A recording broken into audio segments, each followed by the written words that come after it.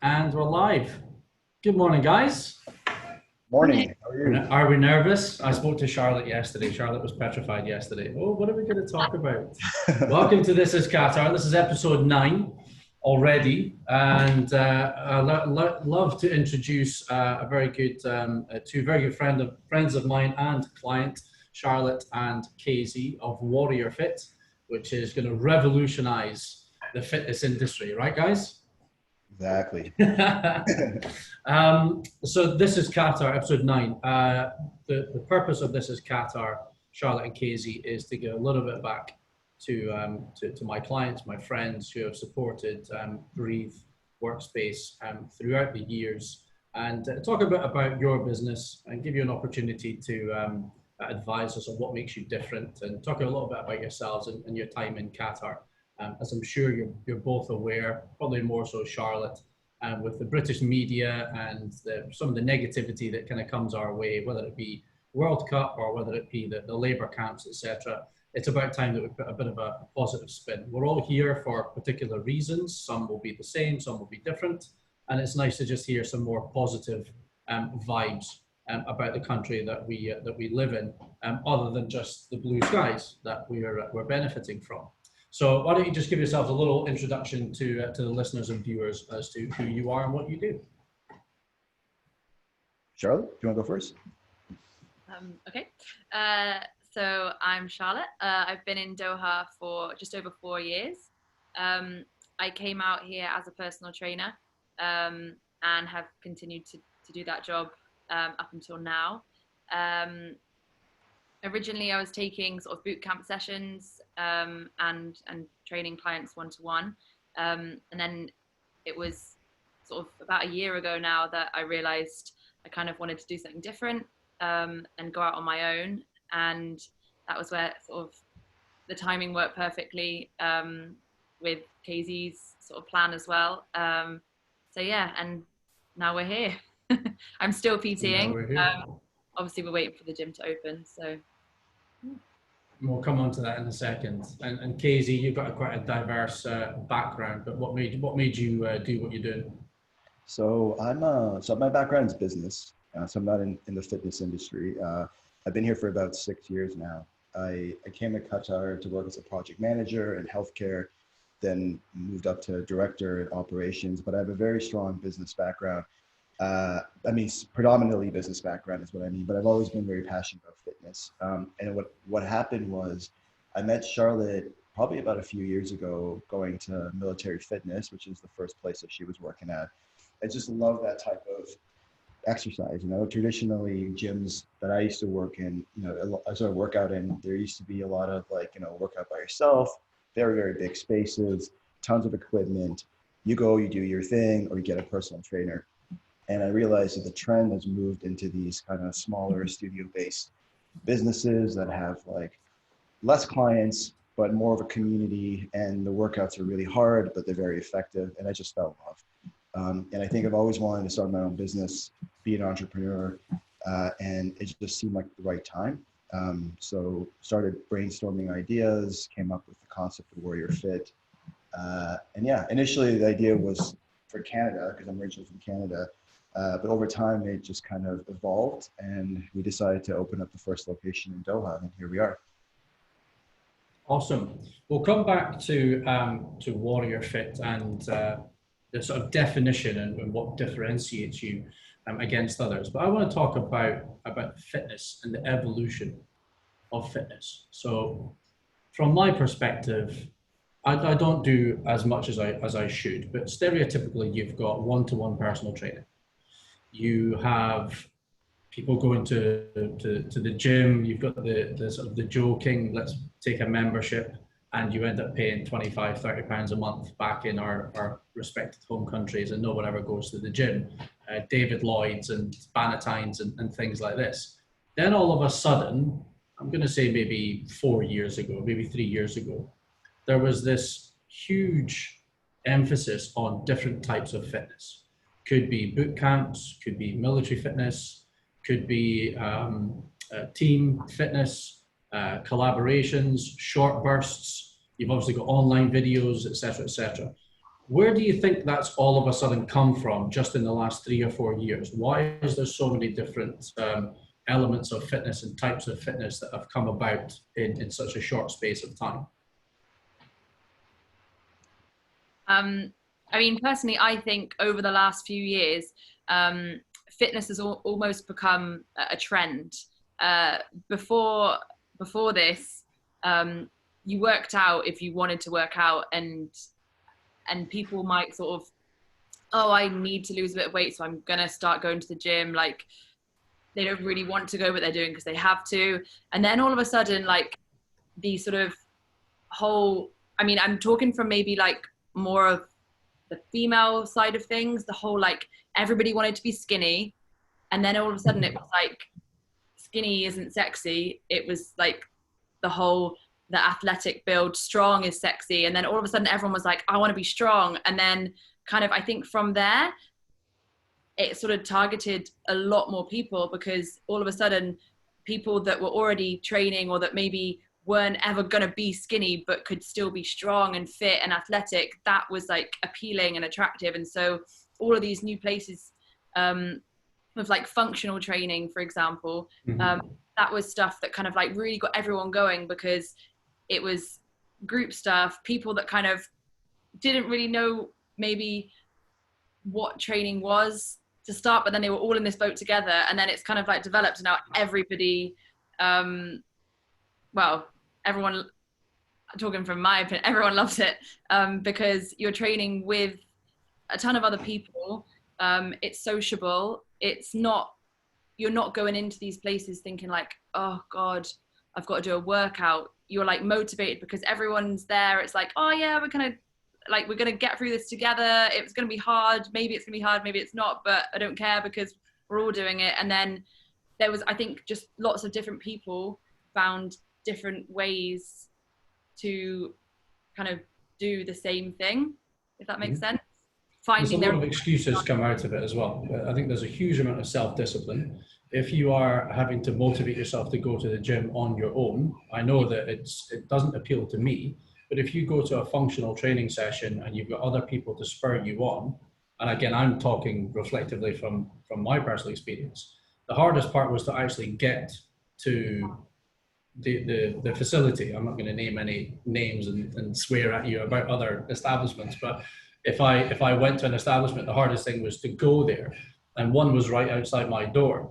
And it was 35, 40 minutes of training. So when you think about it, that 35, 40 minutes kind of disappears quite quickly. And then you're done. And the discipline is trying to do it sort of 3 or 4 times a week to make it, consistency in there as well. So I think the whole stereotype of going to the gym has been completely washed aside by bringing in new ways of training and new ways of socializing as well.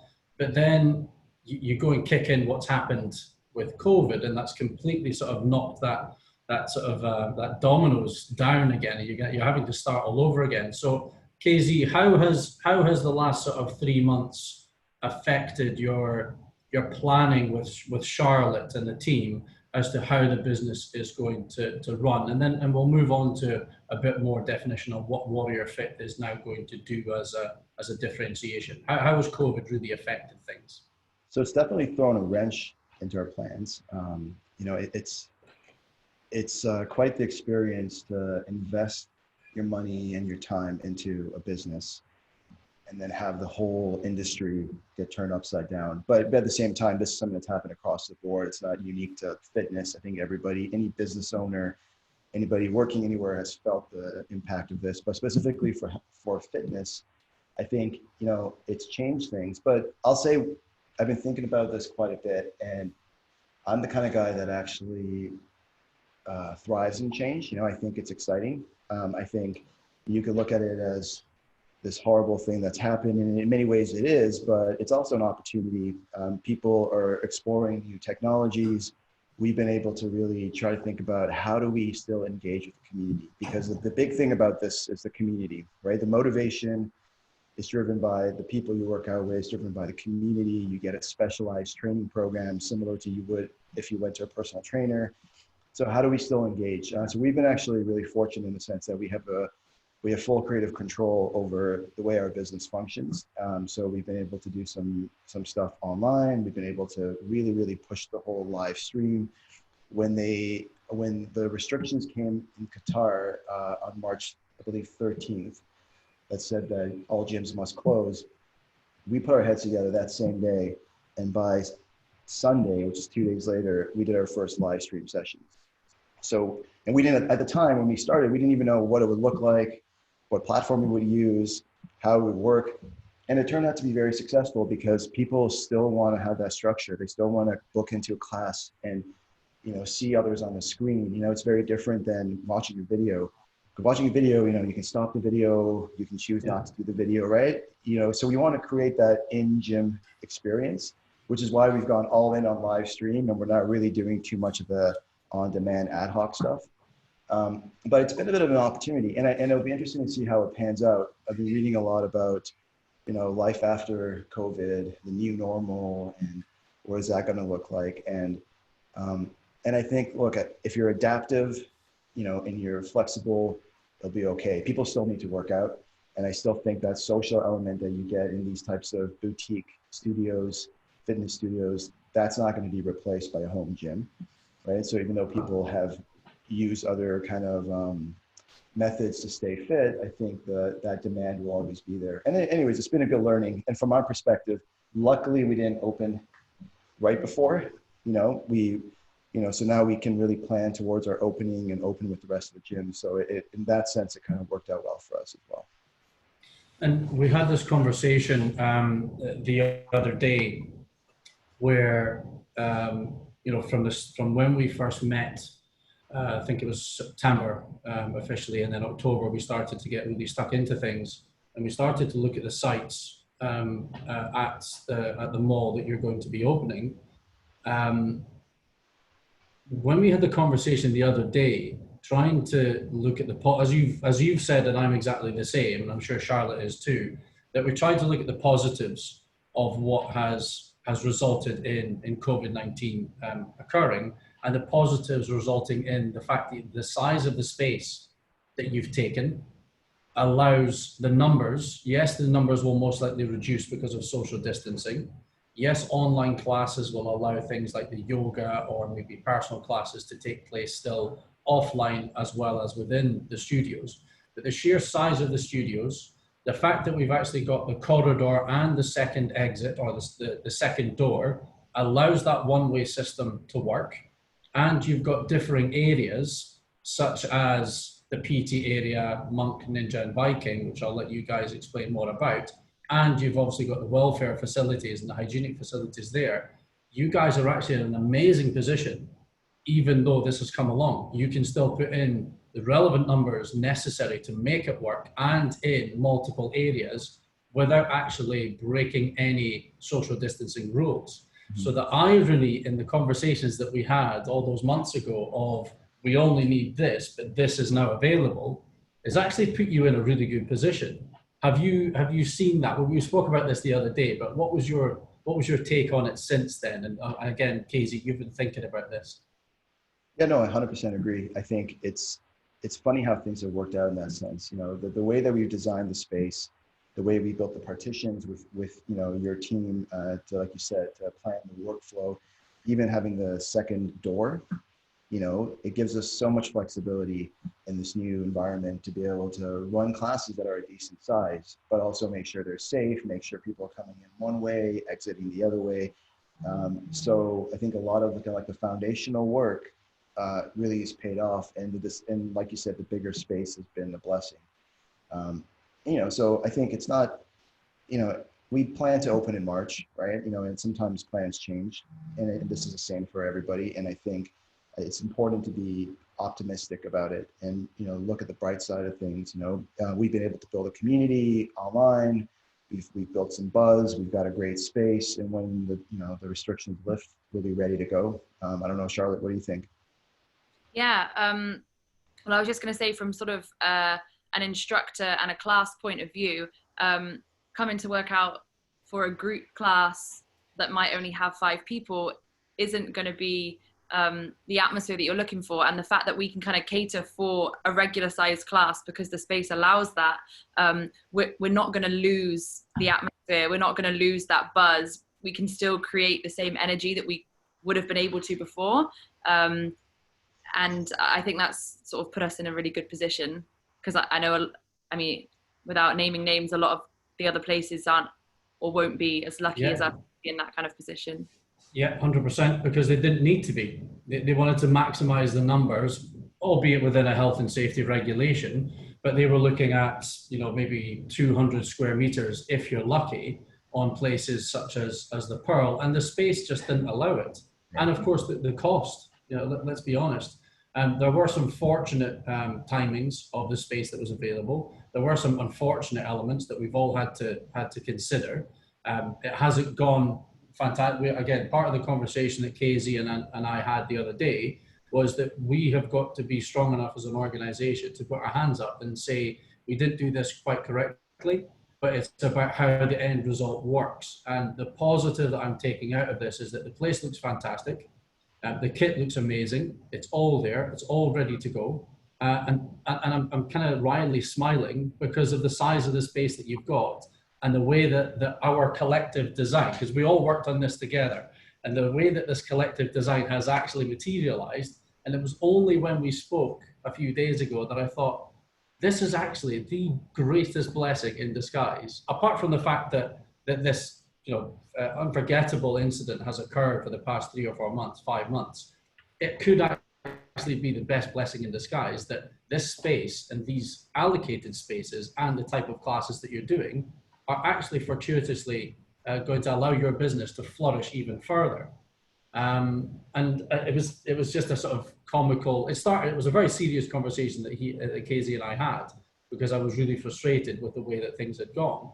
But then we've got to look at the positives and take as much of that out of it as we can, and get you guys open when the malls are going to be able to lift the blockades. My understanding is that it's going to be phase 3. Yes. I believe. Is that right? Phase 3, which is not officially out date-wise, but have you guys seen the same dates that I have, the end of July? Yeah, we're looking, we've seen end of July and August, you know, so I've seen a couple of different dates, but we're planning, I think like most gyms, for towards the end of July, being ready to go by end of July. And then if it slips into August, obviously being ready to open the doors as soon as we can. Fantastic. So let's talk about the business itself. Let's give us a bit of a synopsis. So the fundamental question is, what is it that makes WarriorFit different to a stereotypical functional class or functional establishment? Go on, Casey. Charlotte. I'll put you on the spot. What is it that makes us different? Okay, so I'll just start with like the journey of a potential client, for example. Sure. Okay, so someone's going to come into the gym. They'll meet our receptionist. They'll say, "Okay, I want to sign up. I'm looking to start training." They will then be allocated, if they want, a consultation with one of our coaches to sit down and kind of work through their goals. It doesn't have to be very long consultation. It's just enough for the coach to kind of meet them, feel like they have, they kind of, they've started their sort of relationship, like coach knows the member knows the coach. We all feel really happy with each other. The potential client will then say, okay, well, this is my goal. I want to get better at push-ups, and I want to be able to do a handstand. Okay. And then, so the coach will then sit down, go through the week of our classes and say, well, I recommend that you do 2 monk classes, 2, obviously our yoga flexibility style stuff. We'll obviously go into that in more detail. 2 strength classes and 2 ninja conditioning classes a week. Okay. So how this then works is that member, when they've created their account, they'll have the app, which has like a progress report, progress tracker, sorry. So they will have their schedule and go, okay, right, so I've got to do, on Sunday I need to do this class and this, and on Monday I need to do this class. And every week that they then hit their target, they will get points. So that will all go onto the leaderboard. And then at the end of the season, which I think we said was every quarter, so every 3 or 4 months, we'll have the end of the leaderboard. And obviously the person with the most points is the winner of that season. Now, there's obviously a lot more ways to get points. We're going to have benchmark tests and sessions which people can kind of just come in on their own and try and win. So for example, who can row 500 meters the fastest? Everyone can come in at their own time and give it a go. And then obviously the winner, provided it's been seen by a coach, will receive the points for that sort of achievement. What's so good about this is that you don't have to be the fittest or the strongest person to win or to be up there on the leaderboard. You just have to be dedicated and consistent and have the goal in mind and commit to that. And as long as you can do that, then it's kind of giving you that motivation and hopefully a little bit of encouragement to kind of stick with it, because you're just seeing results all the time. So there's a good element of gamification and competition within it, as well as obviously gaining the traction on the fitness and the health element. So Casey, tell us a bit more. Charlotte touched on the different areas and names that you have defined within WarriorFit. So we spoke about Monk, which is your yoga practice studio, but what other areas have you got, and how are they defined and how are they split? Sure. So we have 3 areas. I think if you were to summarize our program, it's all about balance. So it's not just pure functional training. It's not just pure strength training. We have 3 studios. Each studio serves a very specific function. So Monk is our yoga. It's about your flexibility. It's about your mobility. We'll have potentially other classes in there that align with that. We've got our Viking studio, which is our pure strength classes. We're going to have group strength classes designed to increase your strength, your power, make you generally stronger. There'll be less repetitions, heavier weights, completely different format. And then we'll have our Ninja studio, which is more like your traditional functional training. We have cardio equipment. It's about your endurance. It's about getting faster, just losing weight. You combine these 3 elements, and it's a very similar program that pro athletes might undertake, right? But what we've done is we try to simplify it in a way that anybody can understand. It's 3 elements. You can look at it as strength, endurance, and flexibility, or you can look at it as Viking, Ninja, and Monk, however way you want to interpret and understand it. But it's designed to give you a balanced routine. And our goal is, we've got our yoga crowd that loves the yoga. We've got our, boot camp crowd that loves the boot camp.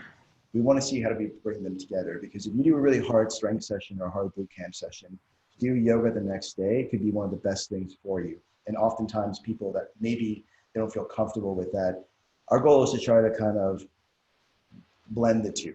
And I think that's one of the things that makes us different, because we have these 3 studios. Our programming is more complicated. It's more complicated to design as well, right? So without naming any names, but a lot of the other functional training gyms, you get one type of workout, right? Every day, there's one thing they have on. If you go at 7 a.m. or if you go at 4 p.m., you get the same workout every single day.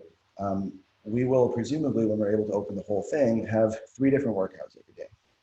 So there's a lot of variety. And if you come in, Simon, you say, my goal is to run a 10K, right? Then our coach can design a specialized program based on your goal that's specific to you. That's not the same program that every single person that comes into the gym gets. You're going to get your own program, and you don't have to pay for PT for that. That's within the membership.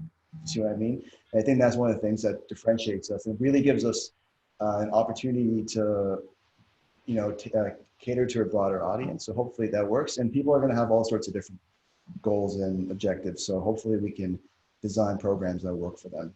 The gamification thing is really important, because it goes back to what we were talking about earlier about motivation, right? So you're motivated to go to the gym because it's a social thing. Your friends are going. You're motivated because you want to lose weight. You want to get faster. You want to get stronger. You're motivated for many reasons, and we're hoping that the gaming element of it is an added boost where you can kind of hack your routines, so you can feel like more inclined to come to the gym. Yeah, you know, because when you play a game and you win, your brain releases dopamine. So if you get a point, if I'm like competing with you, Simon, and I see that you've taken 5 classes this week, maybe I want to take 8 because I'm right behind you on the leaderboard and we're hyper competitive. And maybe that's going to drive that a little bit. And at the end of the day, it's all about making people healthy. It's not really about who wins or who loses, but hopefully the process will be beneficial for people, and all these things together will make it exciting and different, and something like unique in this environment for people to come try out. I think it's refreshing, and I think you're absolutely correct, because not only are people looking to achieve their fitness goals or their health goals, but we as human beings are competitive and combative. So if we see someone, particularly if we know them, that they're ahead of you, or they're very close to you, or they're catching you, then it gives you that further motivation to do something about it. And it takes the mindset away from the fact that they're actually having to do fitness. Right. The competition and the gamification, if anything, as a psychological element, takes the whole mindset in the better direction, versus what we were talking about at the start, Charlotte, where people don't want to go to the gym on their own. If they've got visual representation, which I believe you're going to have, that sort of graphical element as well within each of the areas, then you can see how other people are doing. You can see how you are doing. And if people are more motivated to go to the gym because someone else is competing with them, then, as I say, it takes away that whole psyche of not wanting to go, or the lack of motivation to go. The other element that you touched on there, it's very funny that you should say this, or ironic that you say this, is that I, as an individual, having spent many, many years playing football, but didn't really do any other type of conditioning training, it's caused a lot of problems with my flexibility and with my back. And yoga, from what I understand, and Pilates and similar kind of elements like this, is very, very helpful. Now, I was doing a number of PT sessions. I was thoroughly enjoying them because there was someone there to motivate me. If you can combine that, which is what you're going to do, with elements of endurance, elements of strength and flexibility, I think that's an amazing combination. But the hardest part, as again you've addressed, is building that balanced program for each individual, because no one's exactly the same. So I've always said that I was keen to get involved, and we've never really had the conversation about what differentiates you. So I was as intrigued to speak to you about that as I'm sure other people listening were. And when I hear that, it certainly resonates with someone like me, and I'm sure it will resonate with many, many others. So I wish you all the best, and I'm looking forward to getting stuck in as well. Let's finish off on an exciting part of your journey, which I love, is your social media and your marketing. I think it's fantastic. Where does that come from? Is that something that's come from the brand of WarriorFit, or is that basically you guys inspiring the marketing side of things? Charlotte? Katie, this is you. I don't know. I think it's organic. I think as a team, we talk about this a lot, and we've discussed. We have a very good team. So before we talk about the marketing, actually, I want to talk about one of the things that I think really does differentiate us is the team that we've built, because the team drives everything else, right? We have a brand, we have an amazing facility, but the most important thing, hands down, is the team. And what happens is when the team comes together, like the leadership team, the management team, we just get creative, and we talk about, what do we want to do? What message do we want to send? How do we want to articulate that message within the brand? And it's kind of been very organic, and everything is in-house. We're not outsourcing any of it at this point. All the branding and the marketing and the social media posts and the videos have all been developed in-house.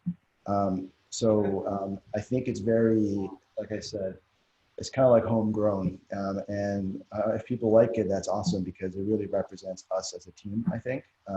And we have, conversation. I won't get into specifics, but even like yesterday, we had like a really detailed conversation about how do we want to convey a certain message, and what's appropriate and what's not appropriate. And it was a really good conversation to have.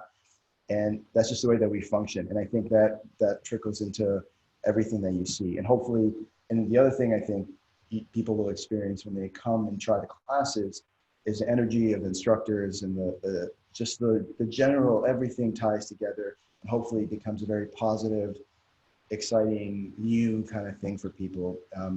And yeah, that's kind of how it, I think, translates into the social media. Awesome. Final word to the lady. How can people get in contact with WarriorFit? How can people get to know a bit more about what's coming up in the next couple of months so that they can hit the ground running when you guys open? Okay, so at the moment, obviously, we are using Instagram quite heavily.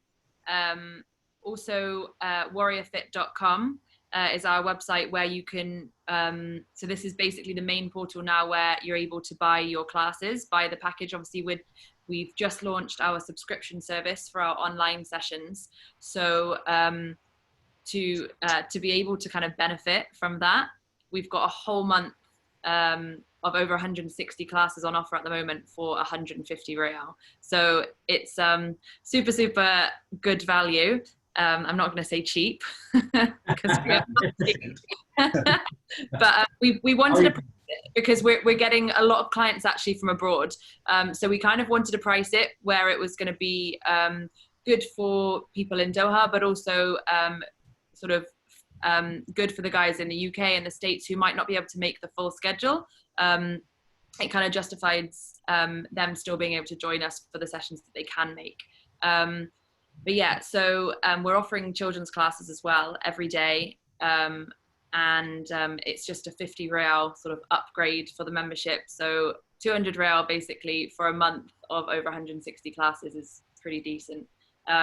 So to be able to join into that, it's literally just, you can direct message us on Instagram. You can go to the website WarriorFit.com and buy a package through the website. Obviously the emails, all the contact details are on the website or the Instagram page. We're kind of, it's us, it's the team that are sort of managing the contact with everyone. So it's always a very kind of personal thing to us. So, you know, we'll always get back to you and we'll always have an answer and help in any way that we can, just because we're all so passionate about it. So. Yeah, no, I can testify to that with the conversations and meetings that we have, and you guys are itching to get opened. Thank you so much for joining us on This Is Qatar. Really excited to get you guys open. Fingers crossed it's not too far away. Final word to the new daddy. How are things? How are the evenings? And the family are heading off, I believe, or have already headed off. Yeah, they head off this morning. That was that was tough. I'm not gonna lie. It's like you feel like, you know, I can't be emotional about it because I'm the dad and whatever. But once they left, it was. And I've now just put you on the spot on live camera. Yeah, sorry about that. It's amazing, man. It's amazing how you're, because I don't know, I've never felt like this before. You know what I mean? Like, you know, you go through life and everybody, you know, you just haven't had this type of relationship, you know, and it's just like a game changer, you know, and it stresses me out just thinking about the lifetime of worry I have ahead of me. But, you know, it's amazing. Yeah. It's an amazing thing. And, you know, you can't think about it any other way now. You can't think about it being any different. So I've been nominated to do the 25 press ups in 25 days, which I'm doing very badly. My son and daughter are basically introducing the videos every morning. If you have a look at my Facebook, it's hilarious. I get heaps of comments, nothing to do with my press ups. It's to do with the kids in the background that look so cute. Anyway, guys, thank you so much. I really appreciate it. Let's catch up. Stay on the line just for a couple of minutes, and we'll post this out next week. Thanks very much to the WarriorFit team. Appreciate it. Thank you. Thanks, Simon. Thank you. Cheers. Bye.